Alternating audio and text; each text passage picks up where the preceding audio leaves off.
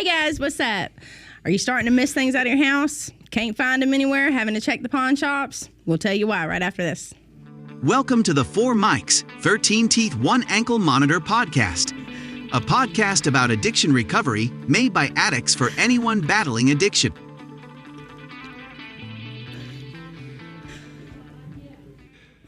Hey guys, what's happening? I'm Gary Blanks. Hey guys, I'm Amanda. And today we're talking about spotting signs of addiction. We're going to tell you why you're having to go look for your stuff at the pawn shop. Right. It's, because, in our recovery, we do whatever it takes to stay clean. But, in our addiction, we done whatever it took to stay high. Yeah, it didn't matter who we took from, what we took. It didn't matter. Who we hurt. In my addiction, I stole from my mom and dad. Yeah. Straight up. Was ashamed of it at one time, but I've been, washed by the blood of Jesus Christ. You didn't care then, though, did you? But no, I did not care. I did not care. And the Daddy thing talking is, about where my BB gun. Yeah, I ain't seen it, Daddy. You want me to help you find it? Yeah. Mama talking about where my wedding ring's at. That wasn't me, by the way. But still, they got. By an addict. Well, that's a consequence of living with addicts, being around addicts. Right. I mean, it's going to happen. You're going to have stuff come up missing. You're going to. Right, and we're going to give you a few signs of, what addiction looks like, and then we're going to, give you some tips on what to do, afterwards. But first off, we need to figure out actually what is addiction. For us, we could have a friend come up and, we can notice right off the rip what's going on it. Because, it takes one to know one. Yeah, exactly. Right? And I have been one. So, first off, what is addiction? All right, so addiction is the inability to stop doing, using, even though there's negative consequences. Right. So even though I might go to jail, you don't care. It don't matter. It don't matter. And a lot of times, even folks that are lost in addiction, they get charged with possession and go to jail and still use while they're in jail. You just spending more money on it. You know what I'm saying? That's part of addiction. We've talked about it before. It messes with your ability in your brain to make educated decisions. Like you can't. It changes the makeup of your brain. So the fact that we don't care that there's negative consequences, we would if we were sober. So you might think you got a family member or a friend that is starting to slip, or they might have fell into addiction of using some kind of sort of substance or whatever. Things to look for, you can look for mood swings. Well, there's going to be signs. They can't hide it. They try. They're not going to hide it. As much as they try, staying in a bedroom for 4 days straight. Right, which could be just depression on its own. But it could. But when you ask them, hey, what's going on, and they're depressed about something, more times than not, if they're in addiction, they're going to get combative or angry about it. But on the other hand, it's going to lead to addiction, stress, anxiety, depression. All of that is going to lead. If they don't resolve it, it's going to lead to addiction. Right. You're going to find something to numb that pain or to make you happy, because we talked about how, in addiction, using drugs, it releases dopamine in our brain. Yes. So, and then the more you use, the more we want that dopamine. Well, the more you have to use more to produce it. Yeah. To, get it to because you build up an immunity. But there's signs that you can look for. Like the mood swings we said was mood one. Swings. Their priorities have changed. Yeah. The kids don't matter no more. Yeah, their family doesn't matter. Things that they used to like doing. Friends don't matter anymore, right? Hobbies that they used to like doing, they don't do those anymore. There's just no interest. They don't show interest in things that they used to. Right. Well, and two, like, so you don't want to go to my 3-year-old's birthday party? Why not? Oh, they're not drinking or smoking over there. There's not going to be any. It's not going to be what they want to do right now. Yeah. Right. So things might change. And they might start making excuses. But a lot of times, that's what I was going to say. There'll be a really good excuse as to why they can't come. They got to work. They got to go do that roofing job. Right. I got something else. Right. I got something else better to do. Let me hold 20 till Friday. Yeah. I need gas to get to work. Right. That's a good one. The financial changes, and, I want to go ahead and say that some of these signs to me. You know, somebody you might say, well, you're just explaining my teenager now. Yeah. And that's the thing, though. They don't come out of their room. In long-term addiction, you know, if you've been in long-term addiction, if you started at 18 or 19 and you're 29 or 30, your mind is still 18 or 19 years old. Yeah, because your brain stops growing. Right. It stops maturing. But if somebody is, you see a family member or a friend that's starting to slip in the beginnings, you know, these are some signs, you know, the mood swings changing, the priority shifts. Yeah. Their sleep. Yeah. Their sleep patterns schedule, are going to change. Right. The sleep schedule is going to change either. They're going to be up for days at a time. Right, or it's going to be. Eyes this big. From no sleep, either it's going to go from sleeping, a regular time or no sleep or to excessive sleep, depending on what substance they might be on. I've literally seen people doze off while they sweep in the kitchen, okay? Okay. Sleep. Yeah, right.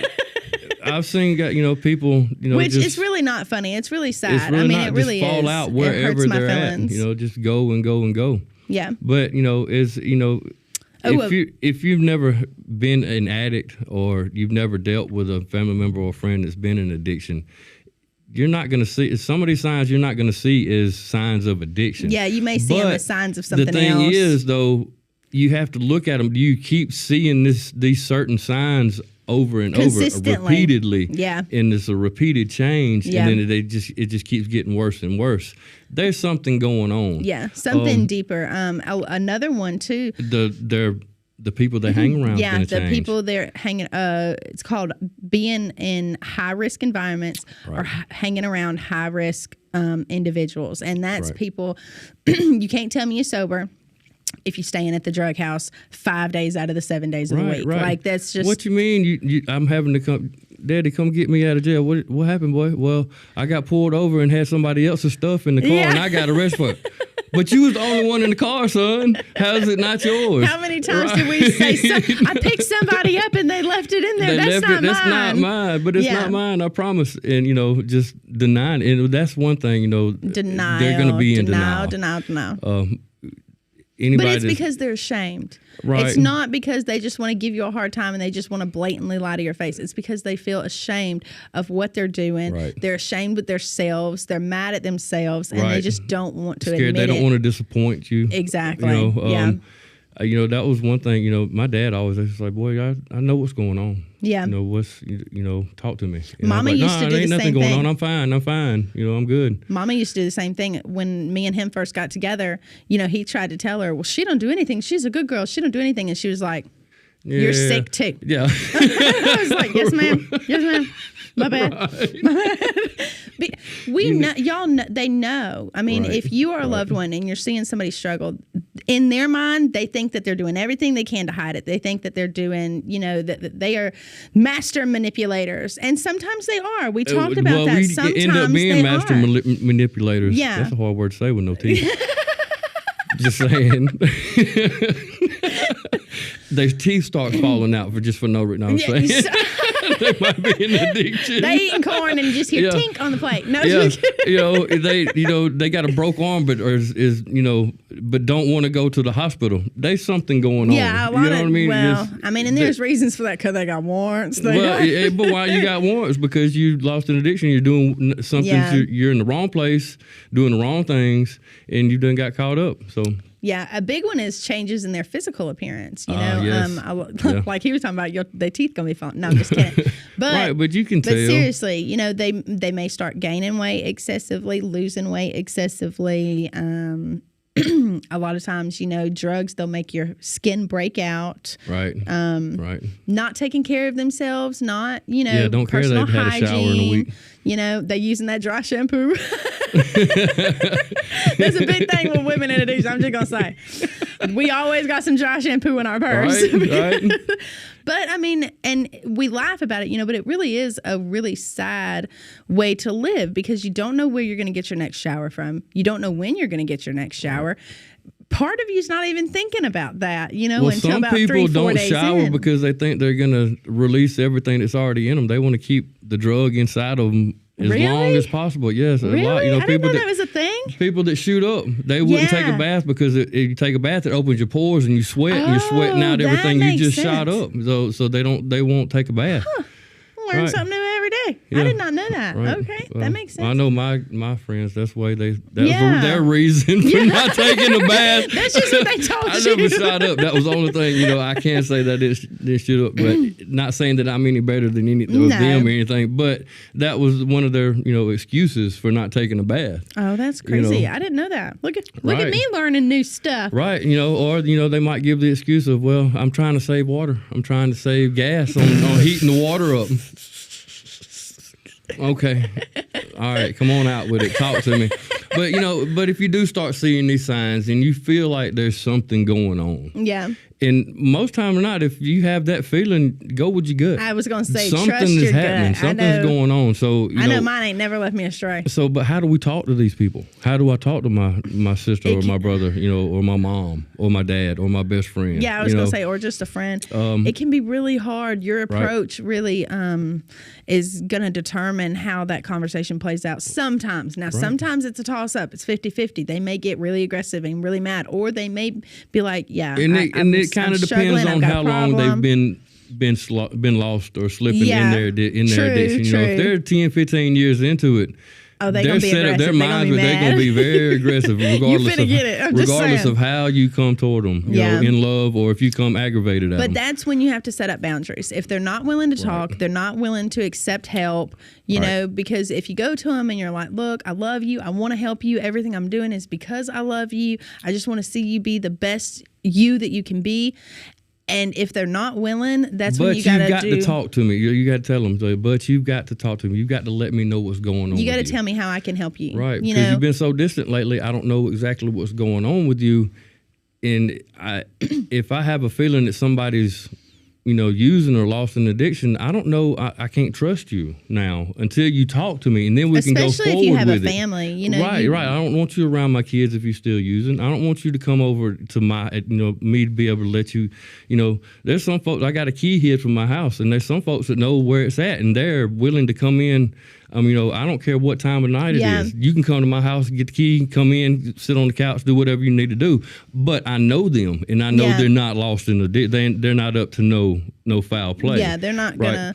But if I see you slipping in this and you have access to certain things, I'm gonna have to set up boundaries now until you talk to me about. We're gonna change the place of the key. I'm telling you that much. Right. So That's but it's thing, for though. Their own good, though. Right. It's all out of love, and a lot of times they don't see that. They're like, oh, well, this person's against me. They don't, it's just, right. They're so mad at the world. Wrong. Nothing's going right. And it's everybody else's fault. It's everybody else's fault. But it really is out of love because I know for me personally, I don't want to watch you destroy yourself when you have had multiple opportunities to help yourself and you have just chosen not to. So at some point you've got to put up those walls, you have to set boundaries, and and you can go come at them with like, look, let's talk about it. And if they open up and tell you, it's like, well, okay, I got a problem. This is what I've been doing. Which is very rare. It is rare, but it'll it does happen in the beginning though. if they've get somebody that's never been in addiction and they've just slipped. Yeah, well, I mean, we don't want to give there is no hope. That you're gonna get the bad side. Sometimes they do. They do ask for help. They do want the help. You just have to be willing to put in that work to help them. Right. You have to set up a game plan of what we're gonna go do. And that's when you can start. You can set up small boundaries. Well, okay, well. You can still stay living here, but you're going to have to take a drug test. Yeah. You give them, or if they say that they've been using and the reason why I pawned the title of my truck is because I needed my drugs, well, they might be a little far into it by then. Yeah. So, but if they've opened up and told you, then you say, okay, well, what, you want to go somewhere? Yeah. I've got, we can call somebody. We can try to find out. We can do some research. We can try to figure it out. If they're working toward it, then small boundaries. But then there's some boundaries where, hey, look, you just got to go. You're not changing. You're aggravated with me. I'm trying to help you. You done got aggravated with me. Okay, you got to go. We got to cut ties. I love you, but I'm gonna love you from a distance. Yeah, I mean, if they're not willing to help themselves, then I mean, I'm just going to be honest with you. There's really not much that you can do. They have to be willing to take that first step because you can't do it for them. And if they're forced into it, then they're going to be resentful and they're not going to accept any of the help anyways. So if they're willing to help themselves, help them with everything that you have. Do what you have to do to help them, because they're going to thank you for it at some point. But if they're not willing, the most you can do is pray for them and love them. I mean, it's hard, and it's a really hard thing to accept. I've had to accept it, in my life, because there's people that I love who they're just not willing. They're perfectly fine living the exact same way that they've been living for 30 years. And as much as heartbreaking as it is, because it's heartbreaking. But you have to get to that point where I'm not going to allow you to hurt me anymore. And I'm going to get teary-eyed, but I mean, it's real. It hurts. It does. It's hard. It does. Well, but that's because you've been there. You know the consequences. Yeah. You know what's going to happen, and you don't want to see them fall in your footsteps. Because I know who they can be. I see their potential of being the best. I mean, the most loving, kind, funny person that they are, and they just throw it away because they don't see themselves that way anymore, and. It can be really hard. I'm sorry. So there's a bunch of steps. I'm going to run through a few of them right now, but there's changes in behavior, neglecting responsibilities, physical signs, withdrawal symptoms, and they get sick if they're not using. And that's a lot of times that's why somebody will stay in addiction, because they don't want to hurt. They're scared of those withdrawals. They're terrified. Loss of interest in hobbies and in social circles, the changes of their social circles. Yeah, the people that they're hanging around. Their behavior, they're taking a lot more risks now in their behavior, because they don't care about the consequences. I don't care if I get fired. I'm going to do what I need to do before I go. I'm a grown man. I do what I want. Are you taking my? Those my words. That's my line. I know. Trust me, I've heard them many, many times. And then we have an obsession with it, and a lot of times they could be a happy-go-lucky character, but then all of a sudden the whole world's against them, and they're obsessed about it's always somebody else's fault. Yeah. But these signs, and like I said before, we might be, explaining your teenager out there, but I'm telling you, you have to look at the symptoms and say, well, okay, I see this going on in your life. Do you want to talk about it? Yeah. If they don't want to talk about it, you can say, okay, I'm not gonna push issues. Like, look, I'm letting you know I'm here for you. When you want to talk to somebody about it, just let me know. But then if you see it keeps happening, if nothing changes after that conversation, they're not trying to come back. Yeah. So that's when you push a little bit harder. What's going on? I was going to say, they may need help seeing that they want to come away from it. Right. But if you know somebody in addiction, do your best, reach out to them, try to help them. But if they're not willing, you're going to have to put up those walls. Right. And, and everybody's having a hard time. There's plenty of places, though. There's plenty of resources for people in addiction. There's, group meetings. There's plenty of rehabs. And some of them, I know a lot of them are kind of expensive, but there are rehabs that are strictly out there just to help. And, and they are, I don't want to say free, but some of them are. They are. All the ones that we've sent you to are free. Yeah. We don't have any that you have to pay to get into. Yeah. So that's our route. But reach out if you need help talking to somebody. I was going to say, if you need help yourself, if you think, there's anything going on with somebody that that you a loved one or whatever, and you're not really sure about how to approach the situation, call somebody, get some information yourself before you go into that. We got some good people up here that are really good about it. Right. So, whether it's, somebody that chairs AAs or NA, gives NA meetings or finds Celebrate Recovery, which I recommend personally myself. Yeah. So, find out what's going on and find out a little bit about yourself. Yeah. And then, and do it in love and approach these people in love, because, that's what God does. He loved me. He saved me, still saved me, regardless of what I was doing. So exactly, nobody is too far gone. No. So do it in love. Yeah. And that's about it for today. If you need some more advice on anything, you can check out some of our other videos. We've got a lot of good stuff out there. So just look They're us up up. there. Yeah, Where they at? love you.